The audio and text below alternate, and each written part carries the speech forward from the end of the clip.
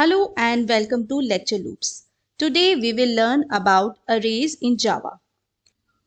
Okay, now we come to two-dimensional array.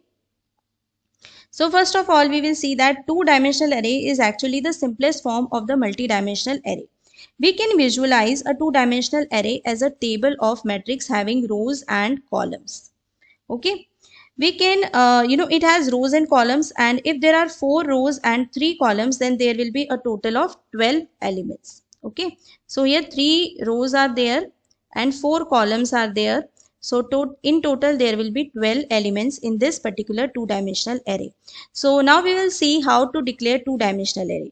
So first of all, you have to mention the data type, then the array name,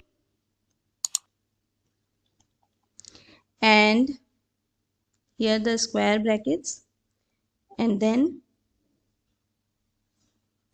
new data type, and here you will mention the row size and then the column size, and that's it. Okay, so in this way we can declare a two-dimensional array. So data type may be anything like integer, float, double character, etc. It tells the data type of each element that we are going to store in this array. The row size tells the number of rows, while the column size tells the number of columns. So we take an example, suppose like float, and suppose the name of array is B, then it is equal to new float, and here we can mention like 3 and 2. So there will be 3 rows and 2 columns in this array B, 2D array. And such as now B array will contain actually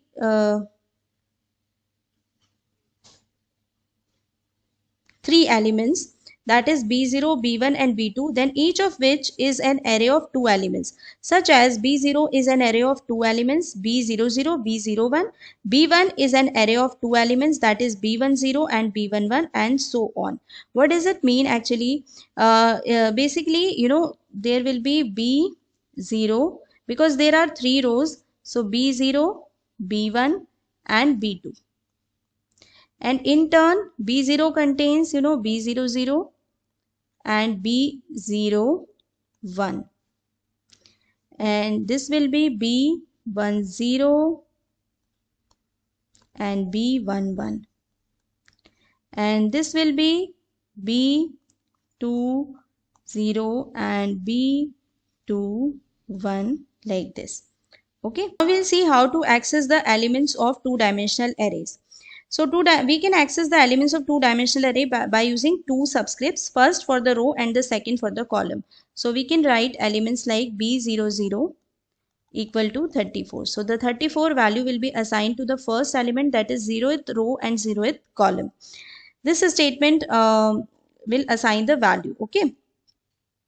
Now we can use for loop also to access all the elements conveniently. For that we can use nested loop actually. So the nested loop will work something like this.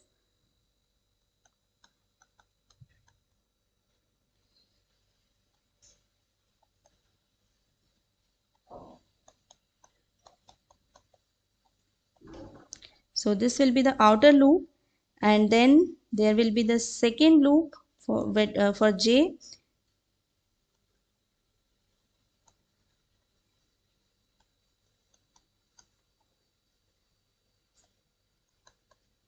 and j++.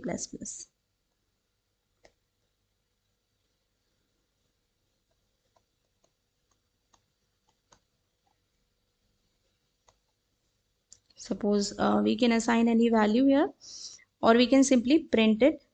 Okay, so suppose we are taking input from the user, so we can write like this. Okay, so in this way, we can access the individual elements of the array. Here we are running the loop from I to m dot length, and here we are running this nested loop of the inner loop from mi dot length. Okay. Okay, now we will see the memory representation of array. In Java, actually, the two-dimensional array, or we can say multi-dimensional arrays, are actually array of arrays. So basically, each element of two-dimensional array is actually an array itself. So first of all, we see that how we can calculate the total memory occupied by a two-dimensional array. So it is given by the size of base data type multiplied by row size and multiplied by column size. So suppose there is an array like this.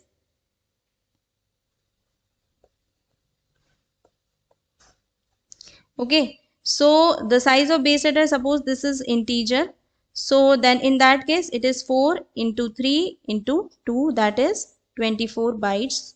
So these 24 bytes will be, allocated to this two-dimensional array. How we can represent it in memory? So suppose consider an array. Suppose there is an array M 3 4 like this. So there are three rows and 4 columns. So the conceptual view, first of all we will see the conceptual views. So row 1, row 2, row 3 will be there. Then column 1, column 2, column 3, column 4.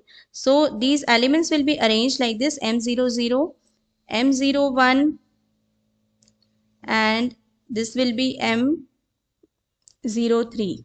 Okay. In the same way, this will be M10, and like this will be M13. Okay, this will be M20, M21, and at last it will be M23. So this is basically the conceptual view where all the elements are arranged in rows and columns, or we can say in the matrix form. But actually in the memory there will be a reference variable M. Okay, and it will be pointing to an array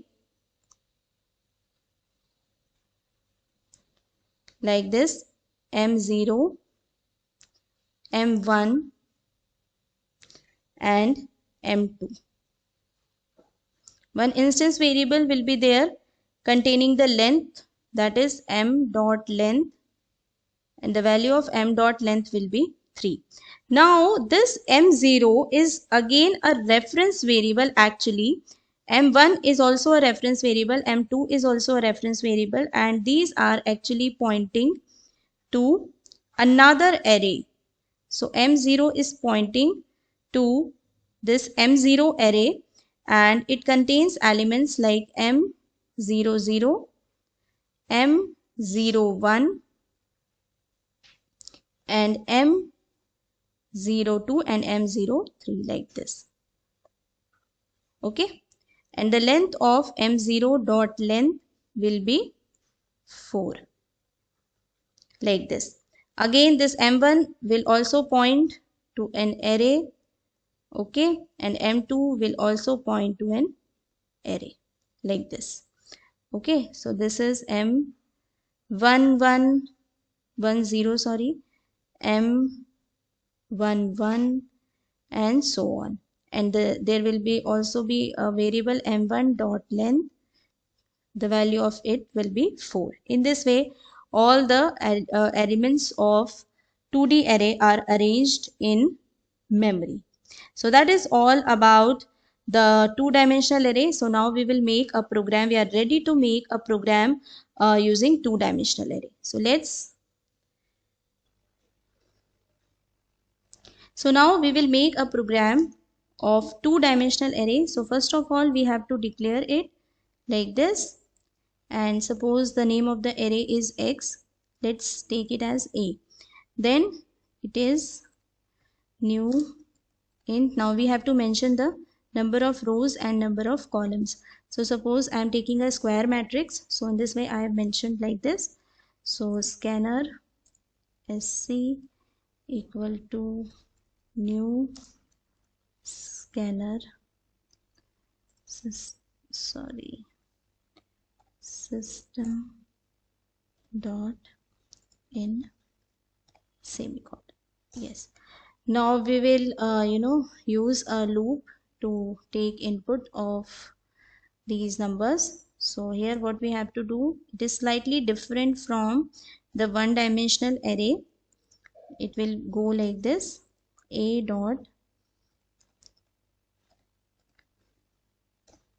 the outer loop is I think same, but you have to include one more loop, the nested loop here, that is for the column, for the second dimension, that is j here. So I'm taking j and then j less than a I. This is because actually the two-dimensional array is actually array of arrays. So that's why we can actually write here 3 and 3 as well. Okay, because we are taking the square matrix and we know the size of rows and columns. Okay, so we can write it like that also. Then that this a I and j. So how we are going to take input? Using this method of scanner class, that is next int. Fine. So in this way the input part is done. Now what is next? We have to calculate basically the sum of all the elements. That's what I'm going to make here. So int sum equal to 0. That's it. Sorry, that's it. And again we will be using this same for loop for calculating the sum also. So in this way, here only we have to change a little bit of code, that is we have to calculate sum actually, and we will delete this part of the code and like this, and that's all. Now just we have to give the output, and that is system.out.print, and here we can write the sum is plus sum. Okay, fine.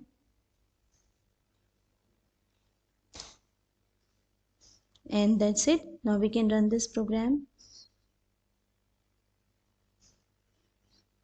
So we have to enter the elements like 1 2 3 4 5 6 7 8 9, and the sum is 45. In this way the sum is printed. So in this way we can make more programs using two-dimensional arrays and one-dimensional arrays. Please tell me in the comment that which program you have made, and also subscribe to my channel and press the notification icon, and also like, share, and subscribe to my channel. Thank you very much.